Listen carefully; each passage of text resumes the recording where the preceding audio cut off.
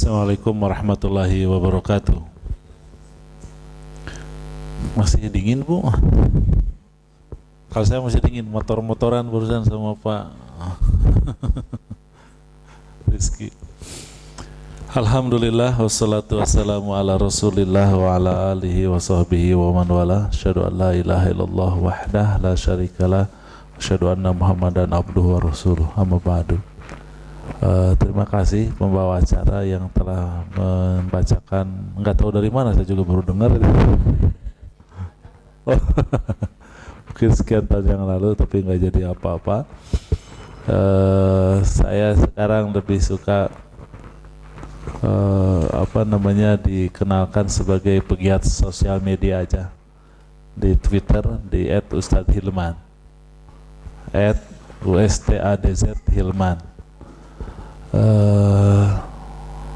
Dan biasanya bicara tentang masalah keluarga, baik itu adalah persuami istrian atau juga masalah parenting. Dan alhamdulillah walaupun tidak resmi begitu membuka ruang konsultasi segala macam, setiap pekan ada 1-2 pasang yang datang ke saya, dari mulai yang baru menikah setahun sampai dengan yang sudah balongkotan. Apa balongkotan? Sudah pengantin lama begitu ya, sudah sekian belas puluh tahun datang juga. Urusannya sama, bagaimana Ustaz biar cerainya bisa dipercepat. Saya termasuk orang yang mempertahankan pernikahan, karena yang namanya perceraian itu biasanya disebabkan oleh hal yang sepele.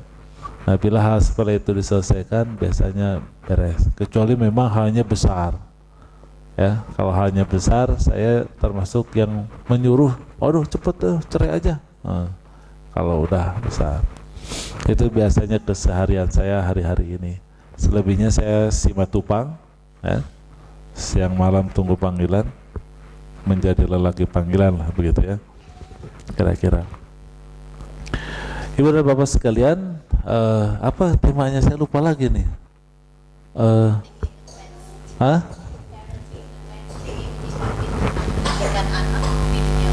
Oke. Ibu-ibu sekalian yang dimuliakan oleh Allah Subhanahu wa taala, pertama yang harus kita pahami dulu bahwa yang namanya Islam itu adalah solusi. Jadi kalau kita bicara Islam, Islam adalah solusi. Solusi buat apa? Buat seluruh sisi kehidupan. Jadi siapapun kita, dimanapun kita, maka kita akan berhadapan dengan masalah. Dan masalah itu ada penyelesaiannya, dan itu adalah Islam. Jadi Islam harus dibayangkan di benak kita, Islam adalah solusi. Ya, Islam adalah solusi. Ini penting karena banyak orang yang membatasi Islam dengan ruang dan waktu. Jadi kalau sudah bicara tentang Islam, itu berarti adalah sholat misalnya ya, puasa, zakat, umroh, haji, zikir, tilawah, doa gitu ya, apalagi di khitan, di jilbab, apalagi ya, bicara tentang Islam tuh terbatas banget. Padahal seharusnya yang namanya Islam itu adalah menyeluruh, meliputi seluruh sisi kehidupan kita. Nah, ini yang harus kemudian difahami secara benar ya, itu satu. Sekarang kita berbicara tentang kehidupan. Berbicara tentang kehidupan, tentu saja kita tidak bisa melepaskan bahwa kita adalah manusia, makhluk yang unik. Dalam pengertian setiap kita adalah diri kita, maksudnya gitu ya. Kita bukan orang lain, kita adalah makhluk individu khusus yang diciptakan oleh Allah, yang memang Allah ciptakan kita begitu. Silahkan Ibu tadaburi nanti di surat Al-Mu'minun ayat 11 sampai dengan 14 kalau tidak salah, atau 12 sampai dengan 14. Di situ disebutkan tentang prosesi kejadian manusia sejak dari dunia nutfah, kemudian dalam rahim berkembang menjadi alaqah, kemudian menjadi mudghah, dikasih tulang, daging dan lain sebagainya. Sempurnalah kita sebagai manusia dan akhirnya lahir. Nah, ketika lahir itu adalah Allah menyebutnya khalqan akhar. Walaupun kita ini lahir dari ibu-ibu kita, atau kita mungkin ibu-ibu yang juga ini sudah hamil semua nih, sudah mengalami kehamilan, dan kemudian melahirkan, maka yang lahir itu bukan kita, dia adalah anak kita. Malah kalau dilihat dari sulalahnya, dia adalah anak ayahnya, ya. Jadi bahan baku manusia itu ada pada sperma suami kita, bukan pada diri kita. Kita cuma wadah doang.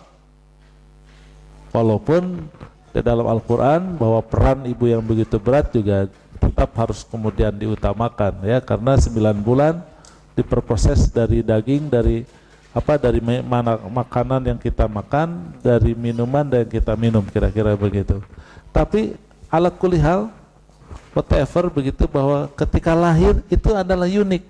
Dia manusia dengan sendirinya dan dia bertanggung jawab dengan Allah Subhanahu wa taala. Satu itu. Tetapi kemudian ketika menjalani kehidupan, yang namanya manusia bergantung kepada orang lain. Allah tidak siapkan kekuatan insting pada individu untuk hidup sendiri. Gak mungkin. Beda sama kuda. Saya juga belum pernah lihat, ya. Pernah ada yang lihat kuda lahir kuda, kemudian sebentar karena mungkin dalam kandungan belum belajar berdiri hanya hitungan menit dia sudah bisa berdiri tegak. Hitungan menit sendiri berikutnya dia sudah bisa menyusui kepada ibunya. Hitungan menit berikutnya dia sudah jadi kuda yang seperti sudah bisa mandiri.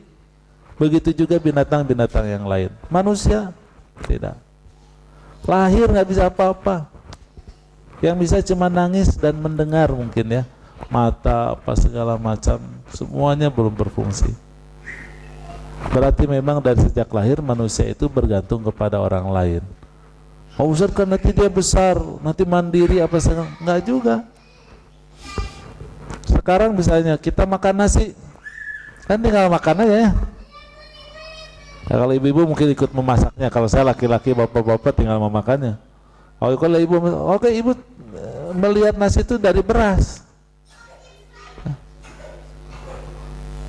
Padahal yang namanya nasi itu menjadi ada di piring di depan kita itu melalui proses yang panjang dan semuanya melibatkan sekian orang. Dari yang mulai menyiapkan sawah, ya, yang membajak sawah, yang mengairi sawah, yang menanamnya, yang memeliharanya, yang memanennya, yang melepaskannya dari dari cangkang padi, yang menggilingnya terus sampai yang ngangkutnya ke pasar sampai ke restoran yang memasaknya, baru kemudian ada di depan kita, dan semuanya melibatkan orang. Tidak sesederhana burung,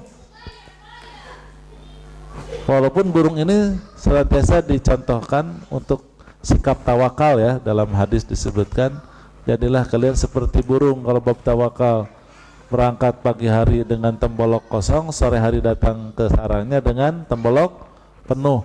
Dia bisa dengan sendirinya. Kalau kita enggak, kita sangat bergantung kepada orang lain. Sehingga kehidupan manusia itu menjadi berbeda dibandingkan dengan makhluk yang lain.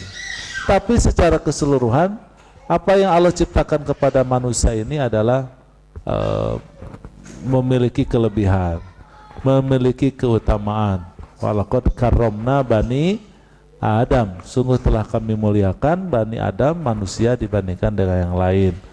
Laqad khalaqnal insana fi ahsani taqwim, bahwa Allah Subhanahu wa taala ciptakan manusia dengan sebaik-baiknya bentuk, sebaik-baiknya performance. Itu adalah realita kita manusia yang Allah ciptakan kepada kita. Nah, kehidupan kebergantungan kita dengan makhluk yang lain itu diawali tentu saja tadi saya sebutkan ketergantungan kita dengan orang tua. Berikutnya adalah ketergantungan kita dengan lingkungan. Lingkungan keluarga besar, adik, kakak, paman, bibi, tetangga, guru sekolah, Oh, ya semuanya tukang warung, supir angkot kalau di Indonesia ya. Di sini nggak ada angkot ya, saya cari-cari. Terus dan seterusnya. Ada ketergantungan. Seiring dengan usianya, maka kemudian Allah ciptakan pada setiap manusia unsur reproduksi. Dari reproduksi inilah maka kemudian manusia ada ketertarikan kepada lawan jenis. Karena itulah maka kemudian terjadi perkawinan. Akhirnya kemudian dari setelah lingkungan dia kemudian membina keluarga baru, yang makanya kemudian istri bergantung kepada suami, suami bergantung kepada istri. Ya, dalam Al-Quran disebutkan hunna libasul lakum wa antum libasul lahun. Itu di surat Al-Baqarah 187. Kalian wahai suami adalah pakaian buat istri kalian, dan kalian wahai istri adalah pakaian buat suami kalian. Ya, jadi dengan demikian kita memiliki ketergantungan dengan pasangan kita. Buah cinta dari pasangan suami istri adalah terjadinya kehamilan lagi di kita. Nah, kehamilan inilah yang kemudian melahirkan anak-anak. Bukan anak lagi ya, harus melahirkan anak-anak karena kehamilannya sering. Nah ya, karena melahirkan anak-anak maka kemudian kita menjadi orang tua, maka kemudian kita ada ketergantungan berikutnya kita dengan anak-anak. Dan nanti kemudian anak-anak kita tumbuh dewasa, dia punya anak, punya istri, punya anak, punya suami, punya anak, kita menjadi luas, dan ternyata dengan demikian kita melanjutkan keberlangsungan kehidupan jenis makhluk Allah Subhanahu wa taala yang disebut dengan manusia. Itulah kira-kira kehidupan kita. Nah, jadi balik lagi, Islam adalah solusi dari seluruh sisi kehidupan. Makanya secara singkat saya tadi jelaskan perjalanan kita sejak dalam kandungan, kanak-kanak sampai kemudian dewasa, dewasa kita menikah punya keturunan dan seterusnya, nanti kemudian kita mati, maka ini semuanya akan dihadapkan dengan berbagai problem dan berbagai masalah. Nah, tentu saja dari sekian masalah kita membutuhkan solusi, dan solusi itu adalah Islam. Oleh karena itu, maka kita harus pegang teguh Islam ini dengan sebaik-baiknya. Dalam sebuah ayat Allah berfirman, suratnya apa ya, lupa lagi, cari sendiri deh ya. Kan Al-Quran cuma 6.000 ayat ya, nanti ketemulah salah satunya. Fa'aqim wajhaka lid-dini hanifa fitratallah allati fataran nasa 'alaiha. Hadapkanlah olehmu, konsentrasikanlah olehmu, hadapkanlah wajahmu, konsentrasikanlah seluruh potensimu dengan agama ini dengan penuh ketulusan. Karena agama ini, yaitu Islam, adalah Allah ciptakan sesuai dengan fitrah kita. Jadi Allah ciptakan manusia dengan seluruh fitrahnya, dan fitrah itu diatur dalam agama kita, agama Islam. Ya, ini saya rasa hal yang pertama harus kita pahami. Titik. Poin kedua, itu poin pertama tadi. Kasih judul aja sendiri. Oh, sudah ada judulnya ya. Islam adalah solusi masalah kehidupan. Itu poin pertama. Poin yang kedua.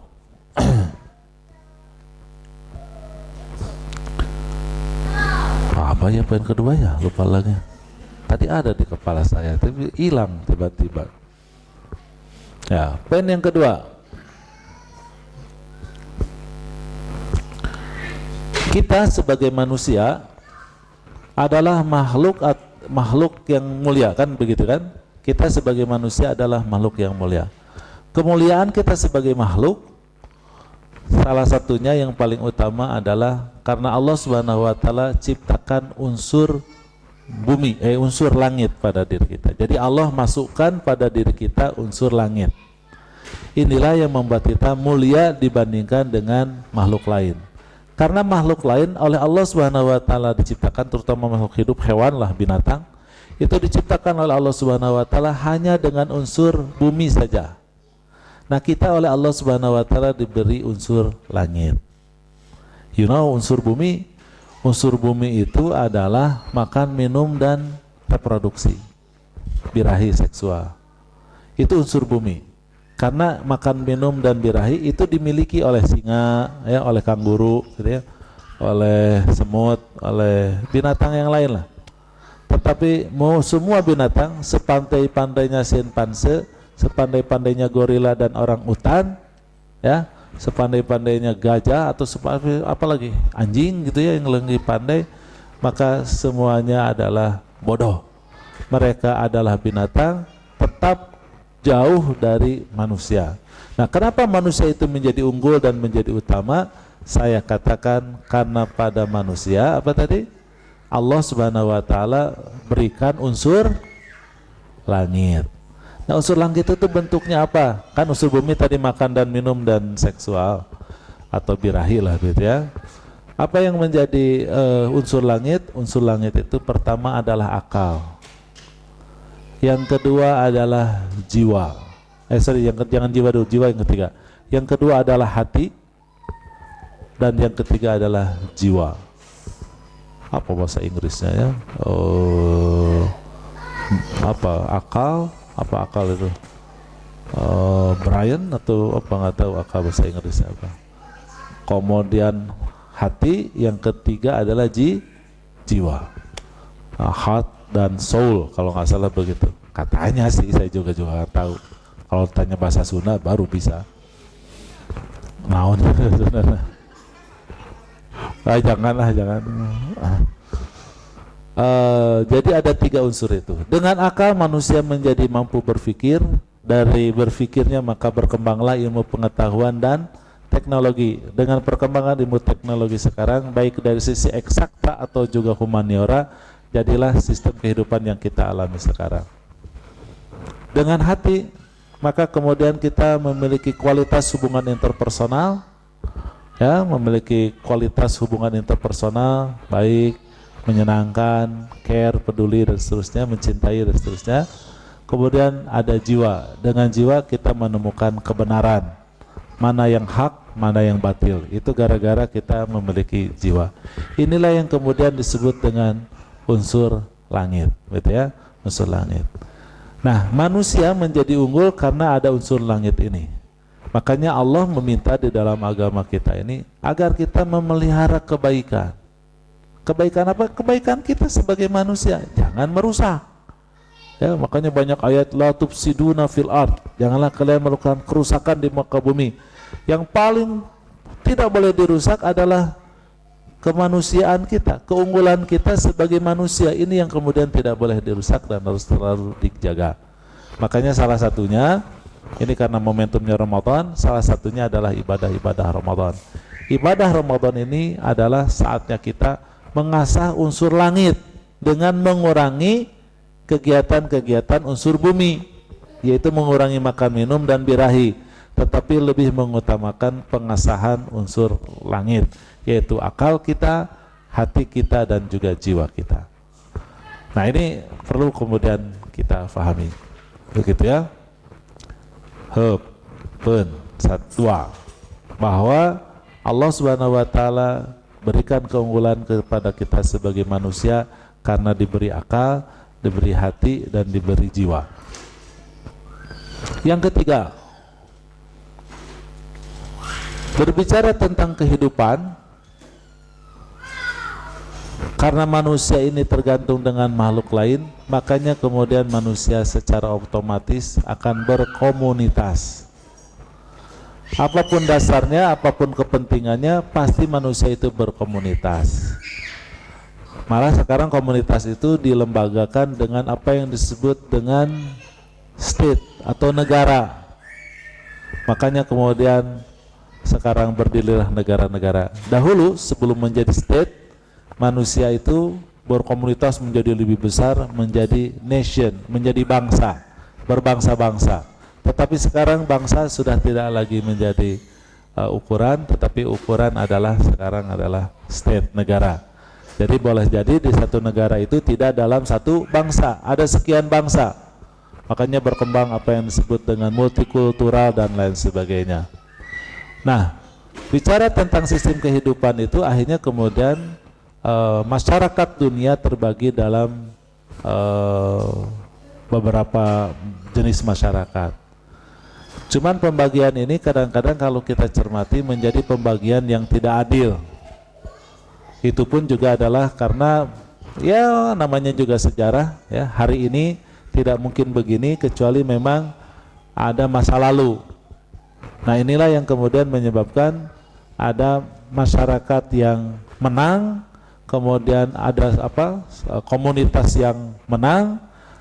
Kalau ada komunitas yang menang berarti di waktu bersamaan ada komunitas yang kalah. Oke? Kalau yang kalah itu memenangkan lagi, maka yang tadinya menang menjadi kalah. Kan begitu ya? Allah menyebutkan watilkal ayyamu nudawiluha bainan nas. Dan hari-hari itu Allah pergirirkan di antara manusia. Kadang jaya dan juga kadang dia tidak jaya. Begitu ya?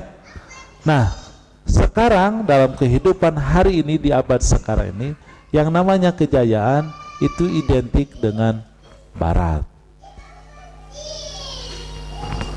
Dan sekarang yang namanya kekalahan, kemunduran itu identik dengan identik dengan Islam. Ya. Jadi kemenangan itu identik dengan barat, kemudian kekalahan itu identik dengan Islam. Padahal sekian abad yang lalu terbalik, kemenangan itu identik dengan Islam dan barat itu dianggap kegelapan. Bisa dibayangkan abad ke-15 di barat itu adalah masa kegelapan, sementara di dunia Islam adalah gilang gemilang. Tetapi sesungguhnya kalau kemudian kita cermati, kemajuan barat itu terletak pada materialistiknya, lebih kepada kebendaannya. Kenapa kebendaan itu bisa dimajukan? Kembali lagi saya katakan kita memiliki kelebihan yang Allah berikan. Dari kemajuan itulah maka kemudian barat itu maju pada ilmu pengetahuan dan teknologi. Tetapi dari sisi humaniora yang namanya barat itu adalah kosong. Tetapi yang menjadi masalah ketika Islam itu tenggelam, ketika Islam itu adalah kalah, itu kekalahan itu ada di dua sisinya. Baik sisi duniawi juga adalah sisi humaniora. Jadi sisi materialnya, kemakmurannya juga adalah pada sisi humanioranya. Dan inilah yang kemudian menjadi dunia ini di hari-hari ini menjadi kacau balau. Dalam pengertian begini, umat Islam pun juga mayoritas tidak berpegang dengan Islamnya. Orang kafir di barat pun juga mereka mayoritas tidak memiliki pegangan apapun, karena Kristen agama pokok mereka sudah mereka tinggalkan, mereka menjadi ateis. Sehingga kehidupan ini adalah sesuatu yang terancam. Nah, balik lagi saya katakan tadi, poin yang pertama bahwa Islam adalah solusi. Tidak terkecuali masalah-masalah humaniora. Ya. Nah, bicara tentang masalah humaniora, masalah-masalah kemanusiaan yang paling pokok, karena masyarakat itu tadi saya bilang adalah komunitas menjadi masyarakat, maka yang terkecil dari sistem sosial itu adalah keluarga. Oke? Itu adalah keluarga. Sehingga permasalahan besar tadi soal kalah dan menang itu berpengaruh juga kepada lingkup yang paling kecil. Sehingga pikiran kita sekarang yang disebut dengan keluarga hebat itu adalah keluarga barat, kira-kira begitu. Kalau keluarga itu menerapkan cara Islam, itu mundur terbelakang. Dan inilah yang harus menjadi tantangan. Tapi karena Allah Subhanahu wa taala menurunkan Islam itu dengan manhajnya, dengan Al-Qur'annya, begitu ya kira-kira, mengeluarkan itu dengan Al-Qur'annya, dengan manhajnya, maka kemudian alhamdulillah, walaupun kita dalam kondisi terpuruk, kita masih punya Quran, punya sunnah Rasul sebagai rujukan. Ini saya tekankan kepada ibu-ibu semuanya. Jadi ketika kita berbicara tentang pendidikan Islam, harus dilihat dari sisi itu. Ketika kita berbicara parenting, kita tidak bisa mengabaikannya tentang kondisi global secara keseluruhan yang saya terangkan tadi. Jadi kondisi yang paling utama kita sebagai manusia, ya, tentang kita sebagai realitas sekarang di dunia sekarang, bahwa yang namanya menang itu adalah Barat, yang namanya kalah itu adalah Islam. Ini harus penting, sehingga menerapkan Islam dalam kehidupan, apalagi adalah di dunia Barat, ini adalah tantangan tersendiri. Nah, ini titik tekannya. Berikutnya, bagaimana kita menjadi orang tua? Perlu dipahami di dalam Islam, sebetulnya tidak hanya Islam, juga di paham lain, bahwa yang namanya ibu dan ayah itu adalah pada posisi setara. Makanya di dalam bahasa Arab, dan itu digunakan di dalam bahasa Quran, biasanya ayah diungkapkan dengan walid dan ibu diungkapkan dengan walidah, dan keduanya kalau digabung menjadi walidaini. Pernah mendengar istilah birrul walidain, yaitu berbakti kepada orang tua. Dalam bahasa Indonesia ada ayah, ada ibu, tetapi biasanya ayah ibu dianggap satu kesatuan, yaitu orang tua. Begitu juga dalam bahasa Inggris, mother dan father menjadi parents. Jadi memang orang tua itu adalah ayah dan ibu sekaligus.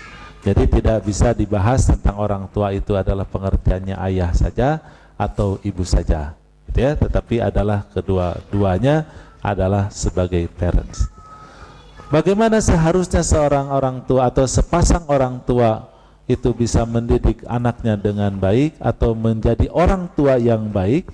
Itu tidak lain dan tidak bukan bila bersungguh-sungguh si ibu dan ayah keduanya melaksanakan kewajibannya sebagai orang tua. Apa kewajiban orang tua kepada anaknya? Itu ada 6. Yang pertama adalah mengharapkan kehadirannya, merindukan kehadirannya. Saya sebutin dulu ya. Yang kedua adalah menafkahi anak-anak kita dengan yang halal dan bermanfaat.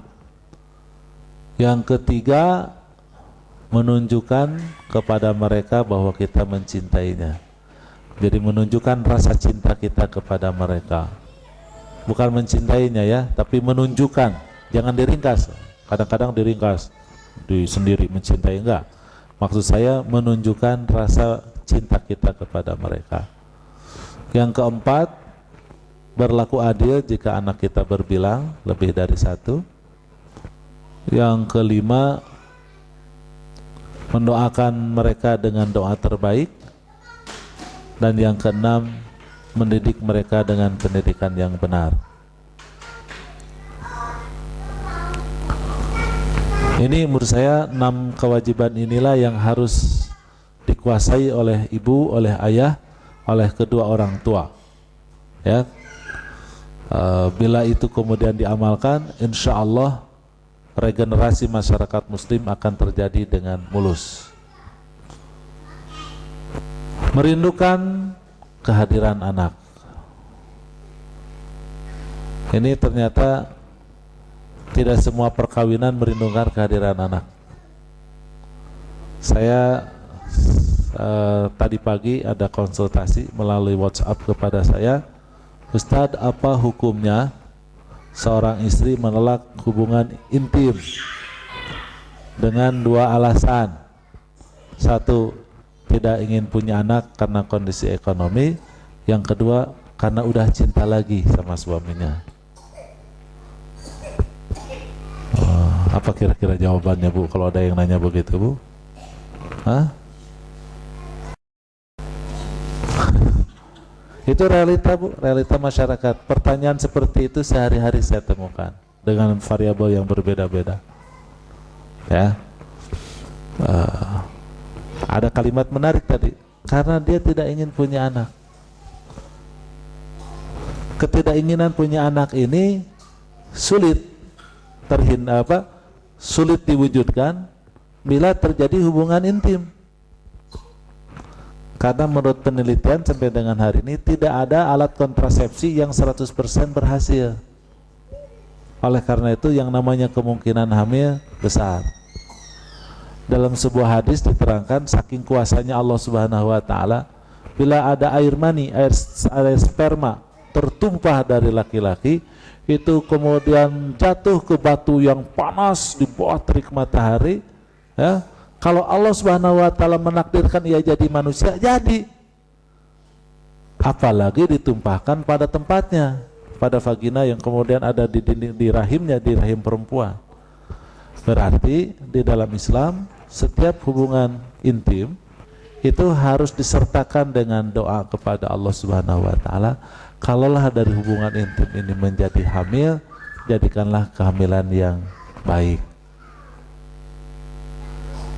Tidak boleh ada penyesalan. Aduh, nyesel gua hamil. Anaknya berapa? 3, maunya 2, terus jadi 3, kecolongan. Nggak boleh bilang begitu.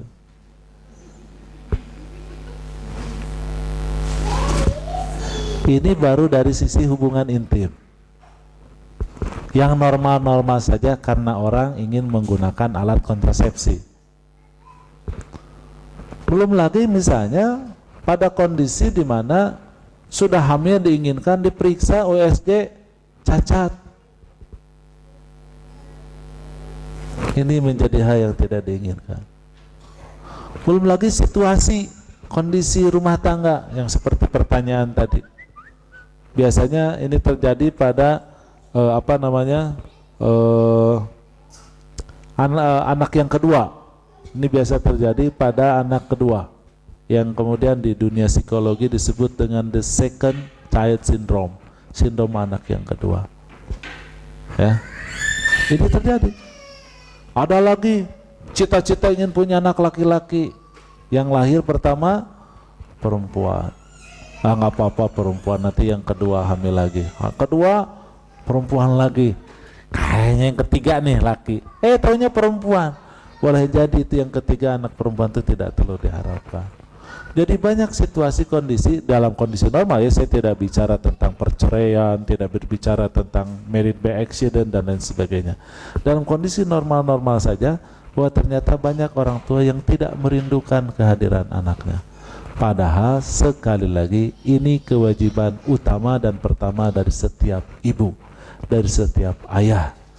Ya, kalau dia sudah berhubungan intim, maka konsekuensi yang harus siap ditanggung adalah punya anak. Konsekuensi. Dan inilah yang ditentang di barat.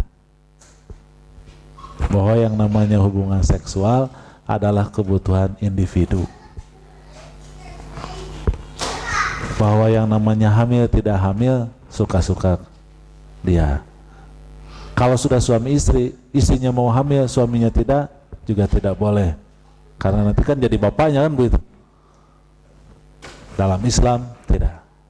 Apapun bentuknya hubungan intim laki dan perempuan, terutama tentu dalam konteks kita muslim adalah suami istri, maka kita tidak boleh mengkhawatirkan akan kehamilan. Boleh, halal, diperbolehkan dalam syariat kita melakukan kontrasepsi, tidak ada larangannya. Tetapi sekali lagi bahwa mengharapkan kehadiran anak ini menjadi penting. Di dalam syariat kita ada sunnah, walaupun sekarang tidak populer ya, yaitu menisbat, populer juga sih, cuman dengan bahasa lain, menisbatkan kepada nama seseorang adalah anaknya atau calon anaknya. Ya, misalnya Abu Sumayyah, karena saya mau anaknya Sumayyah, Abu Sumayyah, atau Aisyah radhiyallahu anha, Ummi Abdillah, karena dia bercita-cita kalau punya anak laki-laki mau dikasih nama Abdullah, makanya dia menjadi Ummi Abdullah, begitu kira-kira ya. Itu Aisyah radhiyallahu anha, walaupun dalam kenyataannya dia tidak punya anak. Dalam keseharian juga sama, walau alam kalau di Australia, kalau di Indonesia mah sama ya, walaupun nggak pakai abu-abu. Itu papahnya Sumayyah, itu mamahnya mamahnya Rini, gitu kan, jadi disebutin. Itu kan sama saja menisbahkan. Dan ini adalah sebuah kebanggaan. Makanya sekali lagi ini kewajiban utama kita kepada anak-anak kita. Dan ini mempengaruhi, kenapa ini menjadi pertama? Mempengaruhi sikap kita terhadap anak. Poin kedua, poin ketiga sampai poin keenam akan berkualitas, akan baik melaksanakan kewajibannya bila memang setiap kita betul-betul merindukan dan menginginkan kehadiran anak kita. Saya ingin ada satu kasus, memang ini saya sengaja selalu sampaikan dan ini ekstrim kasusnya. Dimana dulu saya waktu di pesantren, karena wajah saya wajah perang begini, hanya diminta untuk menangani santri bermasalah. Saya iseng saja kumpulkan data-data riwayat-riwayat hidup masing-masing yang bermasalah aja gitu, yang tidak bermasalah enggak, yang bermasalah macam-macam masalahnya. Yang saya terkaget-kaget adalah ternyata lebih dari setengahnya anak kedua. Itu satu, anak kedua. Makanya tadi oh iya waktu saya kaji psikologi, oh iya pantas kalau kemudian ada the second child syndrome. Itu pertama. Yang kedua adalah orang-orang yang terlahir memang tidak diinginkan oleh orang tuanya. Jadi ada santri lihat wajahnya aja pingin nempeleng, baru lihat doang belum tahu masalahnya. Dan saya tanya guru-guru yang lain, gimana pendapat kamu tentang ini santri satu ini? Iya ya, ini orang katanya baru lihat aja sebel katanya. Gitu. Memang betul bermasalah. Sampai kemudian segala treatment sudah dilakukan, kita kelabakan angkat tangan, kita panggil orang tuanya, menangis. Kemudian dia cerita tentang anaknya ini, dari ceritanya itu maka terungkap bahwa dulu ini anak sulung. Karena kita menjadi heran tuh dia adik kakak masuk di pesantren, adiknya itu luar biasa, perempuan, ya pinter, ya aktif, ya luar biasa lah, menyenangkan lah, baik anaknya. Sementara ini waduh, semua pelanggaran dia lakukan, tidak ada satupun pelanggaran yang dia lewatkan. Harus nangis. Ya kita heran, ini anak kok lain sama adeknya gitu.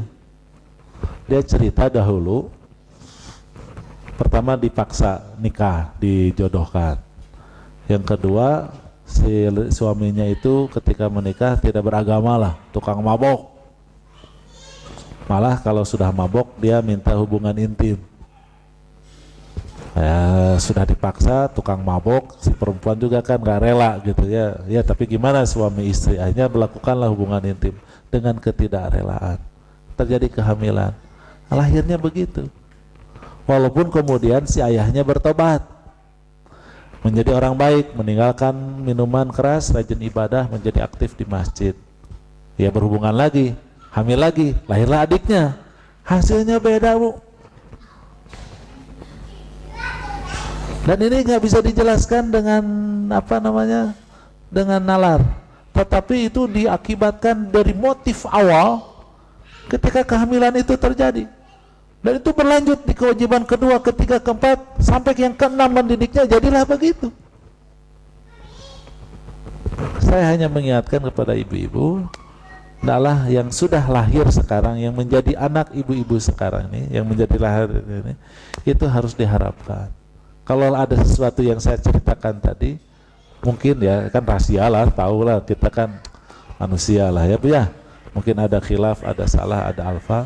Segera bertobat, segera beristighfar, untuk kemudian anak yang sudah kandung lahir sekarang betul-betul kita inginkan dan kita cintai sepenuh hati. Ya, karena ini mendasari. Taib. Yang kedua, memberi nafkah yang halal dan bermanfaat. Bicara tentang halal, insya Allah lah ya. Walaupun di dunia barat atau di hal yang mana ya sama aja, peluang itu bisa mencari harta itu yang halal bisa dengan yang haram. Alhamdulillah lah, kita mah mungkin tidak mau, karena yang namanya haram ini susah ya, nyarinya aja susah, sebetulnya repot, resiko dan lain sebagainya. Udahlah kita hidup lempeng-lempeng aja, lurus-lurus aja, dapatkanlah apa yang kita miliki, yang kita dapatkan dari pekerjaan itu adalah sesuatu yang halal saja. Masalah yang halal saya rasa tidak perlu dipanjang lebarkan. Tetapi yang sering kali kemudian kita lalai adalah pada sisi kemanfaatan.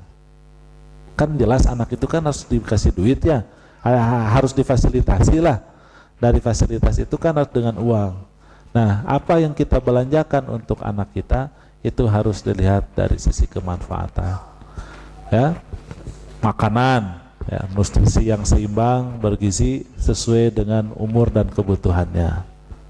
Kan beda ya, anak balita dengan anak remaja, terus anak kuliahan, kebutuhan nutrisinya adalah berbeda, kemanfaatan. Ya, merokok itu sama sekali jangan diberikan kepada anak kita. Ada yang memberi rokok buat anak kita? Atau sama-sama merokok dengan anak kita lebih parah lagi. Ini harus dilihat dari sisi kemanfaatan, dari konsumsi.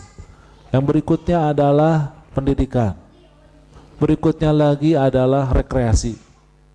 Mungkin nanti pakaian atau apa saja yang kemudian kita berikan, maka harus dihitung dari sisi kemanfaatannya. Jadi kalau ini dirasa manfaat, berikan. Dirasa tidak bermanfaat, dihindarkan. Ya. Karena kadang-kadang masalah inilah yang kemudian seringkali menghambat dan mengakibatkan penyesalan di kemudian hari. Gampang salah itu ya, kalau bab kemanfaatan kita sudah terbiasa, terlatih. Yang ketiga adalah menunjukkan rasa kasih sayang. Problem di banyak orang tua merasa bahwa dirinya itu harus berwibawa di depan anak-anaknya, merasa dirinya adalah hebat, merasa anak-anak itu harus nurut kepada dirinya dan seterusnya, maka dia jaim, jaga image, sehingga kemudian menghindarkan hal-hal yang dianggap nanti merontokkan image itu, menjadi nanti anak menyelecehkan, menyepelekan, itu kira-kira, sehingga akhirnya kadang-kadang tanpa ia sadar melakukan hal-hal yang tidak perlu. Mudah-mudahan kalau di Australia tidak ada. Tapi kalau di Indonesia itu sangat banyak kejadian. Yaitu misalnya bapak nempeleng anaknya, plak ditempeleng. Tahu nggak? Bapak ini tempeleng kamu itu karena bapak sayang sama kamu. Kan anak juga pusing gitu ya. Ditempeleng tapi katanya sayang. Nah, ini kan problem di banyak orang tua. Itu tempeleng itu juga dengan mata melotot, dengan makian sehari-hari dan lain sebagainya, diniatkan adalah mendidik anak, biar anak tahu posisinya sebagai anak, kita sebagai orang tua, dia harus hormat patuh sama orang tua. Ada lagi ibu-ibu, tahu nggak lo? Surga lo itu ada di kaki gua, tahu nggak? Ini surga lo di sini nih. Makanya lo gimana gua aja, kan gitu bapak ibunya ngomong begitu tuh sama anaknya. Jadi sepertinya ia mencintai, sepertinya ingin mendidik, tetapi justru anak kebingungan kok punya ayah, punya ibu yang tidak mencintai dirinya, dan ini menjadi problem saya katakan, begitu ya. Nah oleh karena itu setiap orang tua harus menunjukkan rasa kasih sayang. Nah bagaimana menunjukkan rasa kasih sayang itu? Tentu saja adalah kelembutan. Ingat ya, Allah Subhanahu wa taala tidak hanya memberikan akal, tetapi memberikan apa? Hati. Hati itu adalah sumber cinta dan kasih sayang. Hati itu adalah modal di mana kita perlu dan wajib berkomunikasi dengan manusia lain, apalagi orang tua dengan anaknya. Makanya harus betul-betul diasah hatinya agar kemudian berkelimpahan pada dirinya rasa cinta, sehingga yang hadir dari sang orang tua kepada anaknya adalah memberi, yang hadir adalah melindungi, menjadi kawan, menyenangkannya, menghiburnya, menyelesaikan problematikanya, menemani dalam saat-saat sulit dan saat-saat susah dan seterusnya. Maka kemudian senyuman, kata-kata indah, kata-kata memotivasi, pelukan, belayan, perhatian, ini menjadi hal yang paling pokok dari orang tua kepada anak-anaknya. Ya, sekali lagi jangan gara-gara jaim, ya, jaga image, menjadi orang tua itu harus berwibawa, harus apa, sehingga kemudian kita melakukan hal-hal yang tidak perlu. Tapi memang poin yang ketiga ini harus berhati-hati karena dia tipis dengan sikap memanjakan anak. Karena memanjakan anak juga sesuatu yang tidak bagus, ya, tipis banget. Oleh karena itu ini sangat berhati-hati untuk menunjukkan rasa cinta dan kasih sayang itu. Adalah baginda Rasulullah ketika beliau sakit parah yang kemudian wafat dengan sakitnya itu, dapat berita bahwa putrinya Fatimah Az-Zahra ingin menengoknya, ingin menjenguknya, maka kemudian beliau bangkit dari pembaringannya, berdiri memeluk putrinya tersebut, menuntunnya dan mendudukkan di tempat itu, menyuguhinya dengan makanan minuman, kemudian ditanyai tentang suasana suami dan anak-anaknya. Itulah baginda Rasulullah SAW, ya.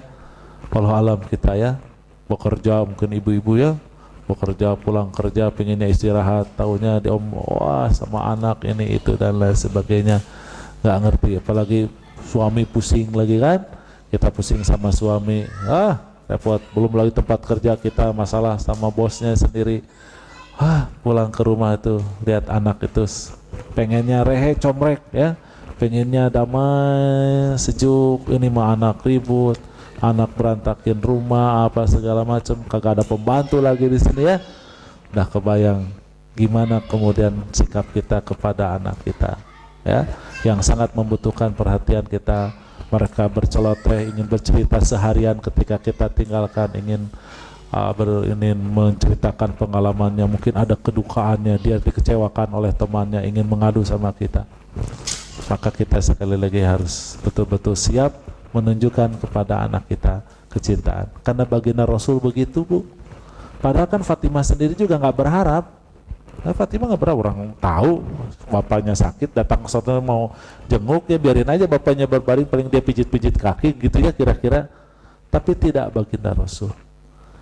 Bisa kita bayangkan bagaimana Rasulullah pada posisi sehat. Dan itulah yang ditunjukkan beliau terhadap Hasan dan Husain.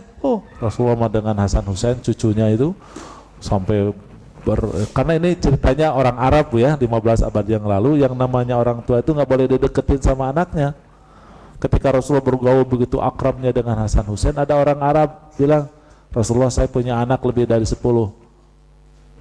tetapi tidak satupun kening mereka pernah ku kecup. Makanya kalau di orang Arab kenapa ada perlukan, ta'aluf, cium pipi, cipika-cipika, ya, cium kening, ya, orang tua kepada anak, itu sebetulnya dari Islam. Itu warisan dari Islam. Karena orang Arab asli dulunya nggak begitu. Nah, oleh karena itu rasa mencintai kita ini. Nah, di Indonesia, ya, di Indonesia di beberapa masyarakat yang namanya begitu tuh, apaan katanya nyium apa orang tua dicium, anak-anak cium orang tua tuh nggak biasa, ya. Apalagi bapaknya, ibunya bau hanyir lagi, ya. Abang nggak mau anaknya juga. Makanya di Indonesia cium tangan itu sekarang udah meleset, ya. Cium tangan tuh ke sini. Karena dulu guru TK-nya udah jijik semua orang cium tangan sama dia. Sebenarnya kotor tuh tangan ibu gurunya. Jadi sama ibu gurunya dibegituin. Akhirnya ke rumah ke bawa-bawa. Kalau anak saya mau cium tangan yang benar, cium tangan. Nanti kemudian saya cium juga tangannya gitu, ya. Sudah dicium saya cium tangannya. Nah, cium yang benar tuh begini. Biar merasakan bahwa yang namanya kissing itu dalam proses tertentu, ini adalah bentuk rasa kasih sayang orang tua kepada anaknya, ya. Pelukan hangat dan seterusnya. Sudah habis waktunya. Kita lanjutkan, boleh. Terima kasih. Aku qouli hadza wa astaghfirullah wa lakum. Assalamualaikum warahmatullahi wabarakatuh.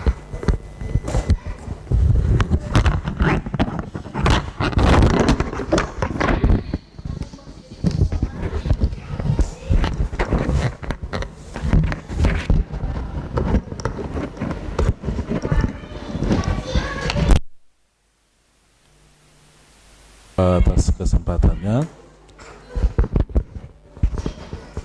Jadi sekali lagi ada 6 kewajiban, tadi sudah bahas 3. Yang keempat, berlaku adil jika jumlah anak itu berbilang. Ini perlu dicermati. Kenapa harus berbuat adil, ya? Kalau dalil jelas adalah, ya. Saya tidak akan perbanyak di dalilnya, tetapi pada kenapa kita harus bertindak adil. Karena adalah realita anak kita itu beda-beda. Kalau yang 2 ke atas, ya, Kalau anaknya satu ya cuma satu. Beda-beda. Ada yang satu cantik, satunya lagi kurang cantik. Satu penurut, satu lagi aduh susah minta ampun. Yang satu rajin, satunya lagi malas. Belum lagi perbedaan jenis kelamin, perbedaan umur dan lain sebagainya. Disinilah maka kita sebagai orang tua dituntut untuk berlaku adil. Biar jangan sampai suatu saat kelak, ya, jangan sampai suatu saat kelak anak-anak kita kumpul dalam obrolannya ngebahas kita ibu bapaknya. Aduh, ya kalau kita ingat bapak kita dulu, oh pilih kasih sama saya, oh enggak pilih kasih sama saya, oh dan seterusnya. Jangan sampai, ya. Saya dengan tidak mengurangi rasa hormat saya kepada kedua orang tua saya. Kalau dalam obrolan-obrolan kita sebagai anaknya yang sudah ditinggal almarhumah ibu dan bapak saya, itu selalu ada obrolan itu tanpa sadar, mungkin sambil bercanda mengenang orang tua yang lalu begitu. Tapi di balik itu ada perasaan pilih kasih. Mending kalau di keluarga saya pada pemahaman positif. Tapi kalau misalnya dalam realitas sesungguhnya banyak orang tua, banyak anak yang kecewa dengan orang tuanya karena tidak diperlakukan dengan adil, ini menjadi problem. Tuh. Yang kelima, doakan mereka dengan doa yang terbaik. Doa itu konsepnya adalah diterima atau ditolaknya terserah Allah. Jadi doa itu belum tentu dikabul. Walaupun sudah menunjukkan kesungguhan, bisa saja doa itu tidak dikabul. Nah. Tapi dari sekian doa ada yang pasti dikabul atau lebih mungkin dikabul. Doa yang lebih mungkin dikabul itu ada 3. Pertama adalah doa yang terzolimi. Hati-hati nanti kalau anak kita mendoakan kita yang buruk-buruk karena dia terzolimi oleh kita, bahaya. Karena itu didengar. Hati-hati Bu ya kepada suami. Kalau suami ibu zolimi, nanti dia berdoa, bahaya itu. Atau suami kita zalim, kita doa, celaka juga tuh suami kita. Padahal sebetulnya kita cinta, cuman tanpa sadar kita doakan dia. Hati-hati, doa orang terzalimi itu dikabul. Yang kedua, doanya musafir. Yang sedang bepergian nih, saya kalau berdoanya lagi safar nih di sini, itu kemungkinan dikabulnya besar. Yang ketiga adalah doa orang tua, doa celaka orang tua kepada anaknya. Ini saya perlu disampaikan kepada ibu bapak sekalian karena ada beberapa ustadz menerangkannya keliru. Doa orang tua untuk anaknya itu dikabul. Salah, karena teks hadisnya ad-da'watul walid ala walad. Ada kalimat ala. Itu ala artinya adalah buruk. Jadi doa buruk orang tua kepadanya. Kalau doa yang baik, da'watul walid li waladihi. Pernah ibu dengar kan ada 3 amal yang akan mengalir setelah kita meninggal? Masih ingat? 1 amal sedekah jariyah, yang kedua ilmu yang bermanfaat, yang ketiga waladun solihun yad'u lahu, bukan yadnu alaihi tetapi yad'u lahu. Itu maknanya doa yang baik-baik. Jadi anak yang soleh mendoakan kita dengan doa yang baik. Tapi kalau ala itu buruk. Untuk perbandingan, ibu mungkin pernah hafal akhir surat Al-Baqarah. Hafal akhir surat Al-Baqarah? Hah? La yukallifullahu nafsan, terus laha ma kasabat wa alaiha maktasabat. Kalau dari sisi harfiah itu maknanya sama aja, tapi dari sisi maknawi berbeda. Laha itu kepahala Allah berikan dari kebaikan, alaiha siksa keburukan Allah timpakan kepada dosa. Ada laha alaiha. Doa itu juga begitu. Ini saya ingatkan karena ada beberapa ustadz dengan hadis yang sama menerangkan bahwa doa yang dikabulkan adalah doa orang tua kepada anaknya. Belum tentu Bu kalau doanya yang baik-baik, tetapi kalau doa celaka itu yang akan berbahaya. Oleh karena itu hindarkanlah mulut kita, lisan kita dari doa-doa celaka. Dan doa celaka itu tidak mesti dengan Allahumma Rabbana ya, tidak mesti. Boleh aja dengan memanggil nama memberikan julukan, marah, lagi emosi, itu pada posisi yang seperti itu biasanya akhirnya ada kata yang terlontar kepada anak kita dan itu adalah doa. Ini anak gadis malu-maluin aja, tidur kesiangan, ngurus kamar kagak becus, disuruh masak gosong.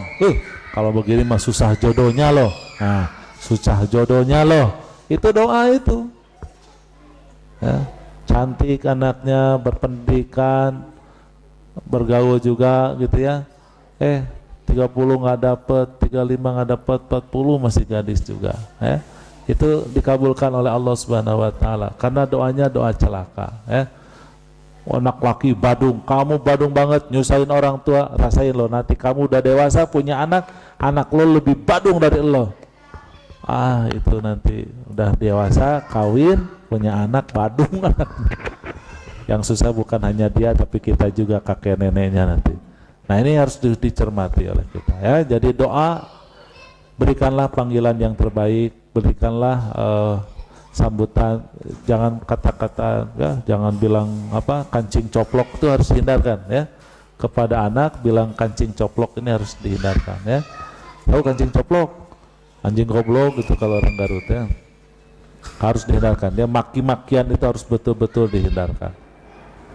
Yang keenam adalah mendidik mereka dengan pendidikan benar. Berbicara tentang pendidikan anak itu meliputi ada beberapa hal yang harus difahami. Yang pertama adalah tentang pentingnya perencanaan. Jadi yang namanya mendidik itu harus direncanakan. Ya, bahasa sederhananya disengaja. Jangan sambil lalu, jangan sampai lewat. Apalagi tadi kalau ketika anaknya lahir itu tidak diinginkan. Allah dasar nyusahin orang tua, dari dulu juga gua mah gak mau lo lahir jadi berabe begini nih. Jangan dikira omongan yang saya katakan ini bukan omongan kira-kira saya dengar itu pernah dikecapkan oleh banyak orang tua. Ini bukan karangan tapi ini rekaman dari banyak orang tua. Nyesel gua mah lahirin lo jadinya begini, nyusahin. Jadi sekali lagi ini perlu dipahami ya. Jadi yang pertama namanya mendidik itu harus direncanakan, harus disengaja. Oleh karenanya kita harus punya visi buat anak kita ya. Terus misinya apa, segala hal yang kemudian kita siapkan ada. Itu sebetulnya ide utama dari apa yang disebut dengan keluarga berencana. Walaupun akhirnya keluarga berencana itu kalau di Indonesia sama saja dengan pembatasan kelahiran. Bukan hanya itu, yang namanya KB itu ya IUD itu, alat kontrasepsi itu KB, makanya disebut alat KB. Padahal bukan alat KB, itu mah alat kontrasepsi. Kontrasepsi itu mencegah kehamilan. Mencegah kehamilan tidak selalu identik dengan keluarga berencana. Ya, keluarga berencana tidak mesti harus dengan pencegahan kehamilan. Nah, itu yang pertama. Yang kedua, ini mungkin nanti dikembangkan pertanyaan jawab karena saya dibatasi 15 menit, susah teranginnya nih. Poin ini penting tentang perencanaan. Yang kedua adalah tentang siklus pendidikan. Jadi dalam pendidikan anak itu ada siklus, terutama untuk anak sebagai orang tua, kan ini parenting. Sebagai orang tua dalam mendidik itu ada yang namanya siklus pendidikan, di mana kita pertama memberi contoh, teladan, uswah. Yang kedua membiasakan. Yang ketiga menanamkan nilai. Teladan gampang lah ya, paham. Apa yang kita didikan kita perbuat. Apa yang mau anak kita mau kita perbuat oleh diri kita. Itu yang namanya memberi contoh. Dalam suasana kita berbuat, mempersilahkan anak melihat dan mendengar kita. Menyaksikan saja, membersamai dan menyimak apa yang kita perbuat, apa yang kita katakan. Itu pertama. Yang kedua membiasakan. Membiasakan itu mirip dengan yang pertama, hanya plus, yaitu melibatkan anak. Ya, kalau kita ingin didik sholat, memberi contoh itu ya kita sholat tepat waktu, baik begitu ya. Mendidik sopan, santun, kita ngomong santun, baik, terarah gitu dan seterusnya gitu ya. Karena mengajarkan sopan santun. Ada contoh dari kita. Nah kalau ta'wid atau pembiasaan, kita libatkan anak kita. Coba katakan nak, bagaimana salam yang benar, begitu ya. Itu libatkan. Anak tiba-tiba datang ke rumah main gedor aja, mama begitu ya, main gedor aja. Nah, keluar dulu sebentar, pijat dulu belnya ya, terus ketok pintu sambil bilang assalamualaikum, nanti mama bilang waalaikumsalam. Itu masa buat bocah, sama remaja juga dengan kasusnya yang berbeda. Hatta orang dewasa, anak kita sudah dewasa, sudah punya anak, kita sudah punya menantu misalnya, tetap kita harus tetap mengajarkan mereka, dan contoh ini tetap pembiasaan juga harus kemudian dilakukan ya, ini penting. Yang ketiga, idkhalul qiyam. Sebetulnya itu juga, hanya kalau idkhalul qiyam itu lisanul maqal, kata-kata yang dikatakan, ajaran yang disampaikan melalui kata-kata. Kalau tadi uswah juga adalah ajaran disampaikan melalui contoh, pembiasaan, ajaran yang disampaikan melalui pembiasaan. Dan ini harus berkait.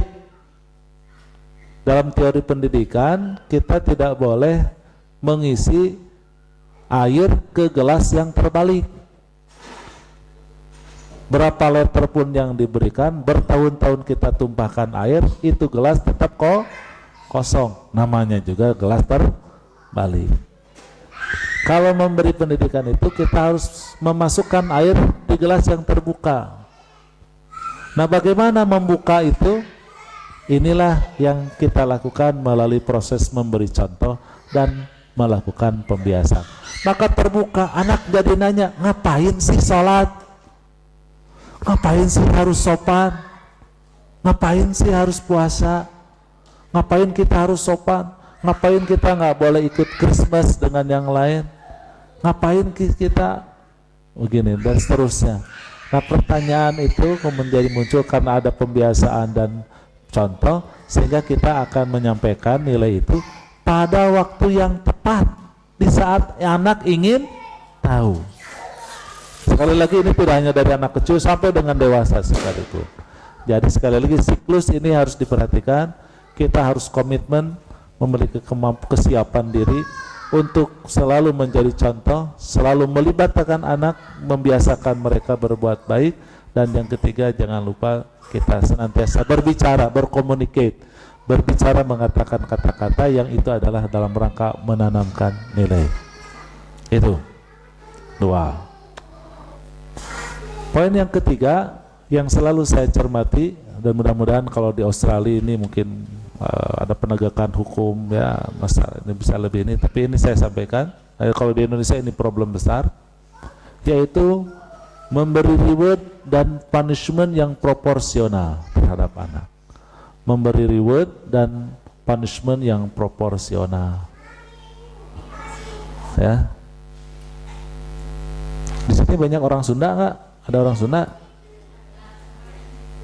Saya nanya nanti sama pertanyaannya sama orang Jawa, orang mana-mana. Cuman saya nggak ngerti bahasa yang lain, ngertinya bahasa Sunda. Ini bahasa Sundanya apa nih? Ini bukan ini nih. Apa? Ini kepala apa bahasa Sundanya? Mastaka. Kalau yang kasarnya apa kasarnya? Hulu, terus apa lagi? Sirah, terus wadah polo, terus mabatok, terus banyak banget. Sekarang persamaan mastaka ada nggak? Tidak ada. Bahasa Sunda masih. Makan, yang halusnya apa bahasa makan? Tuang dan neda, cuman dua saja. Tuang untuk orang lain, neda untuk diri sendiri. Tapi kalau bicara tentang bahasa Sunda dari makan yang kasar banyak sekali. Hakan, dahar, lolodok, nyatu, banyak bisa urutan. Begitu pula dalam bahasa Jawa. Begitu juga di dalam bahasa Minang. Itu bahasa adalah gambaran realita kita ketika kita kan belajar bahasa dari kecil kan? Dari kecil kan ngomong bahasa. Anak-anak kita sekarang pandai bahasa Inggris karena dari kecil ada sekolah di publik dan seterusnya begitu. Dia berbiasa dari kecil. Nah, ternyata kata-kata itulah yang lebih banyak kita hafal dibandingkan kata-kata yang sopan dan baik. berarti memang kita kenyang baik di sekolah, di masyarakat, di rumah dengan caci maki. Ya. Nah, ini harus hati-hati. Nah, oleh karena itu kita harus melihat jadi gini maksud saya, kita lebih pandai menghukum daripada memberikan penghargaan. Lebih suka, lebih nyaman, lebih bisa melakukan punishment dibandingkan memberikan reward. Saya selalu mencontohkan anak misalnya 3 tahun. Kalau anak 3 tahun minum tumpah wajar? Wajar 3 tahun. Ya, minum tumpah. Kalau dia pegang gelas kemudian pegangnya nggak kuat, pecah wajar? Wajar. Anak nama juga 3 tahun, pecah biasa wajar. Satu kali anak kita minum air sirop, habis mandi, pakai baju baru, masih baru, mahal lagi bajunya, masih baru. Terus ngambil minuman sirop punya ibunya yang tersisa setengahnya, diminum sama dia, tek, nggak ada yang tumpah, masuk ke mulutnya, si gelasnya kokoh dipegang, disimpan lagi. Habis itu ibunya lihat, setelah disimpan, ibunya lihat, disimpannya dengan baik, tidak jatuh. Habis itu ibunya lihat, kira-kira apa yang dikatakan sang ibu? Hah? Anak pintar? Mustahil. Enggak. Kamu lagi? Oh, anak kecil punya mama diminum lagi. Pakai baju baru, coba kalau tumpah, ayo. Oh, baru mandi nanti susah lagi, nyuci lagi susah. Oh, gelasnya ini juga ngutang lagi, belum lunas, pecah lagi sama kamu. Dimarahin, padahal anak ketika itu sedang berpres. Ini gambaran sederhananya. Ya. Tidak terbayang kalau si anak tadi minum kemudian tumpah. Habis itu kemudian pecah. Wajar enggak? Wajar. Tidak berhak untuk dimarahi, tidak melakukan kesalahan. Namanya juga anak 3 tahun. Tapi apa yang dilakukan sang ibu? Wis, memerah wajah, dipelototin, ditunjuk, dijewer, dilaporin kepada semua orang. Datang bapaknya, nih anak lo nih. Datang kakaknya, nih adik lo. Datang kakeknya, nih cucu kamu nih mau. Bawa kemana-mana diceritain, ini anak tuh brengsek tuh, kemarin mecahin lagi. Oh, kok semua orang. Inilah keahlian banyak orang Indonesia terhadap anaknya. Padahal seharusnya reward itu diutamakan. Dan yang namanya memberi, relatif kita ini di mata anak-anak kita itu, kita ini orang pelit. Walaupun sebetulnya karena kondisi ekonomi kadang-kadang ya, tapi orang kadang-kadang kita menyalahi janji. Jangankan berpikir memberi hadiah, nggak pernah kita memberikan hadiah. Padahal penghargaan ini harus didahulukan. Allah Subhanahu wa Ta'ala, kita tahu Allah Maha Adil, betul kan? Bahwa salah satu sifat Allah Subhanahu wa Ta'ala itu adalah Maha Adil. Tapi ternyata kasih sayangnya wasiat kullasyai, kasih sayangnya melampaui apapun, termasuk melampaui keadilannya. Siapa yang taat dapat pahala, siapa yang maksiat dapat siksa. Tapi apa kata Allah? Man jaa bil hasanati falahu amsu amsalihha wa man jaa bis sayyiati falaysa illa mithlaha. Siapa yang berbuat baik Allah lipat gandakan pahalanya sampai 10 kali lipat. Kalau orang berbuat dosa, Allah tidak akan siksa kecuali dengan dosanya yang setimpal. Itulah Allah Subhanahu wa Ta'ala. Nah, kita ini harus berakhlak seperti akhlak Allah. Memberikan perhatian lebih besar dibandingkan memberikan hadiah, memberikan reward itu lebih besar dibandingkan kita memberikan hukuman. Hukum harus ditegakkan, hukuman apabila anak berbuat salah, tapi berikanlah yang setimpal. Tetapi ketika ia berprestasi, maka kemudian kita harus lebihkan berkali lipat dari biasanya. 3, 4. Berbicara tentang pendidikan anak, nomor 4 adalah sex education. Sex education itu menurut pemahaman saya adalah mempersiapkan anak laki-laki menjadi lelaki sejati dan mempersiapkan anak perempuan menjadi perempuan sejati. Ini adalah tugas orang tua, bukan sekolah. Sekolah mah mempersiapkan anak siap kerja sebetulnya. Tapi kalau mempersiapkan menjadi perempuan sejati, lelaki sejati yang muslim dan muslimah itu orang tua. Apa kesejatian laki-laki menurut Islam?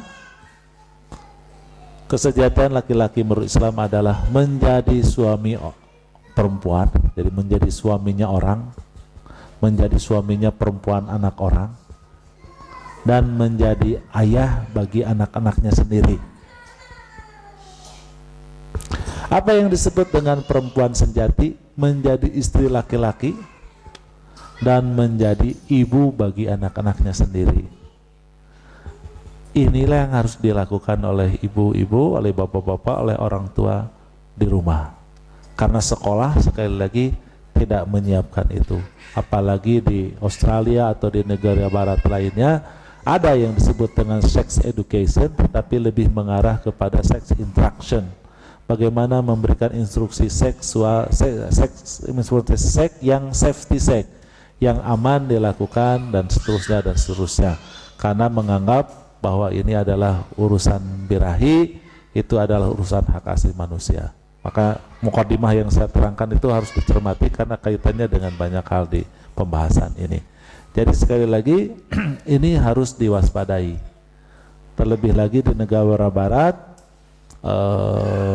sudah tidak lagi ada yang disebut dengan family mainstreaming, tetapi diutamakan tentang gender mainstreaming. Bahwa di barat itu sekarang mungkin sudah walau alam di Australia di bawah 5 tahun disebut apa? Sadar nggak? Di sini baby. Saya 3 tahun atau 5 tahun saya lupa lagi. Baby. Nah, tidak boy dan girl itu tidak dikenalkan, ya. Kalau son daughter oke, son daughter karena anak. Tapi boy girls itu dihindarkan. Tetapi panggil anak itu baby.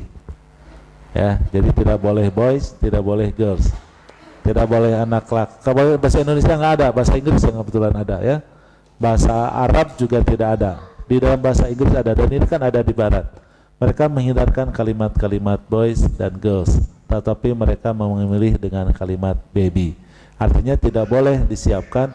Namanya baby itu mainan apa aja boleh. Anak laki mau boneka juga boleh. Anak perempuan juga mau main kereta api, pesawat, robot-robotan, silahkan.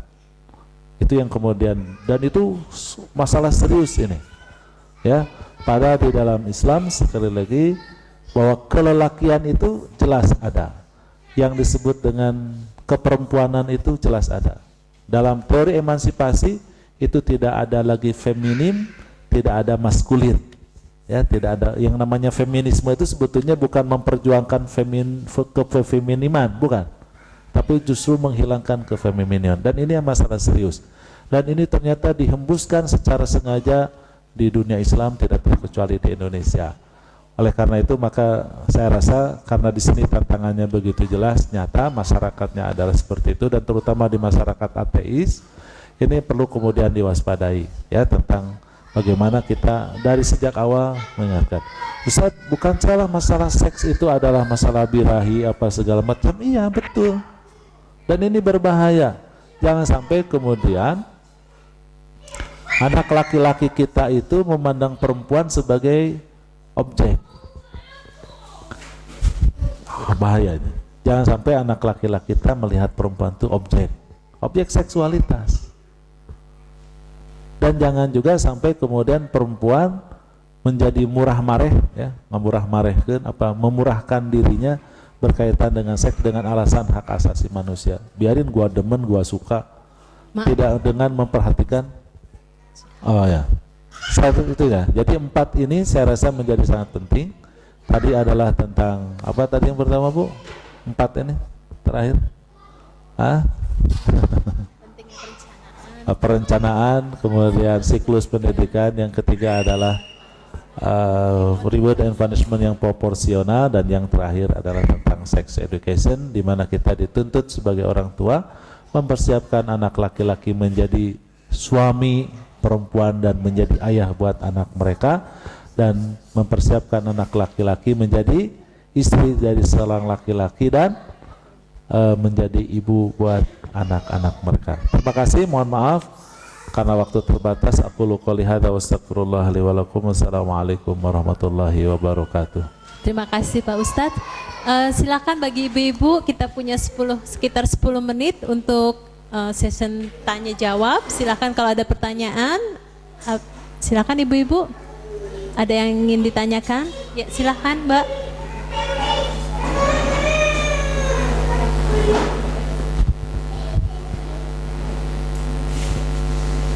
Assalamualaikum warahmatullahi wabarakatuh. Waalaikumsalam warahmatullahi wabarakatuh. Ya, itu Ustadz tadi yang kewajiban kita sebagai orang tua untuk bersikap adil kepada anak. Ya. Itu tadi kayaknya penjelasannya agak kurang jelas buat saya. Soalnya kalau saya pribadi, anak saya cuma 2, 1 laki, 1 perempuan. Ya.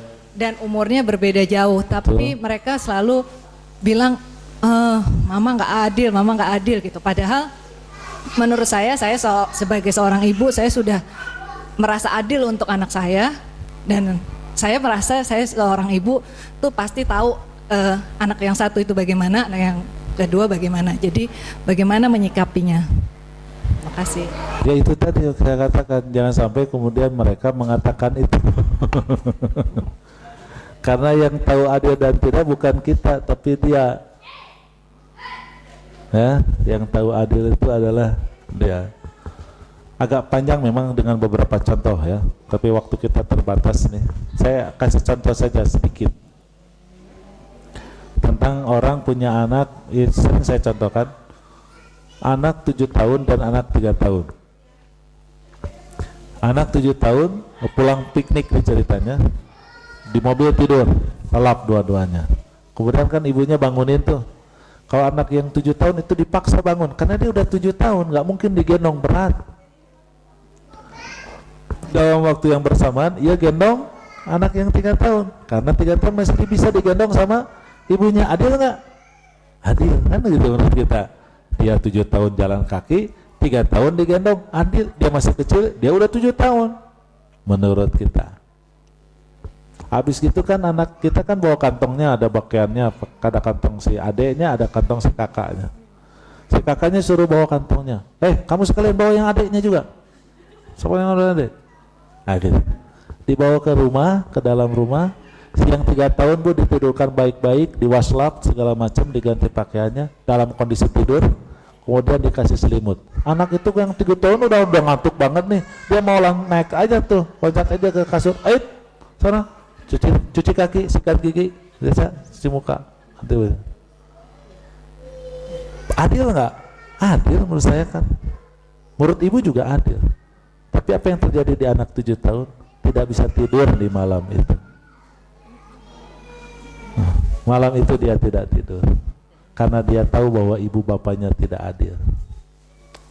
Persis sebagaimana yang terjadi. Saya nggak tahu kasusnya ya. Nah, makanya ini penyelesaiannya adalah memang betul-betul bergantung kemampuan kita mengenali anak kita dan mensiasatinya. Ya, betul-betul susah gampang lah kira-kira. Kalau kasusnya yang tadi, yang pulang piknik tadi, menurut saya salah satunya adalah dengan cara satu-satu. Selesaikan dulu adiknya yang 3 tahun sampai beres. Berikutnya datang lagi ke mobil, bangunkan baik-baik adiknya, kakaknya, dibawa, dituntun, dibawa ke kamar mandi, suruh wudu apa segala macam, ditungguin di pintu sikat gigi kan, di pintu kamar mandi, dibawa ke kamarnya, dimatikan lampunya, disucapkan salam, minta berdoa, dicup keningnya. Dia lihat adiknya tidur nyenyak, dia juga akan tidur nyenyak. Berarti tadi ibuku berbuat yang sama kepada adikku sebagaimana dia barusan berbuat padaku. Ini contoh sederhana biasa bang ngomongnya gitu ya.